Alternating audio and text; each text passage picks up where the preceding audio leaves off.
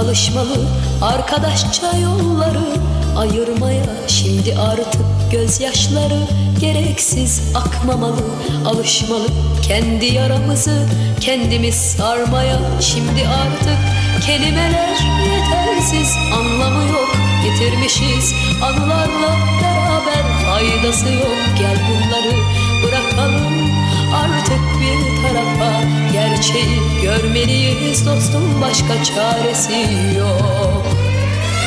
Şimdi bana kaybolan yıllarımı verseler, şimdi bana seninle bir ömür vaat etseler, şimdi bana yeniden ister misin deseler, tek bir söz bile söylemeye hakkım yok.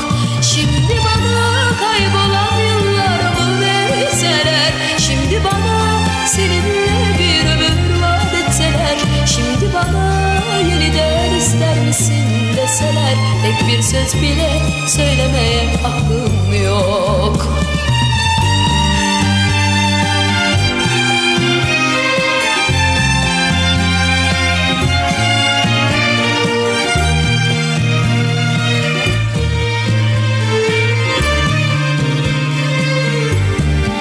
Şimdi artık kelimeler yetersiz, anlamı yok, yitirmişiz anılarla beraber, faydası yok. Gel bunları bırakalım artık bir tarafa, gerçeği görmeliyiz dostum, başka çaresi yok.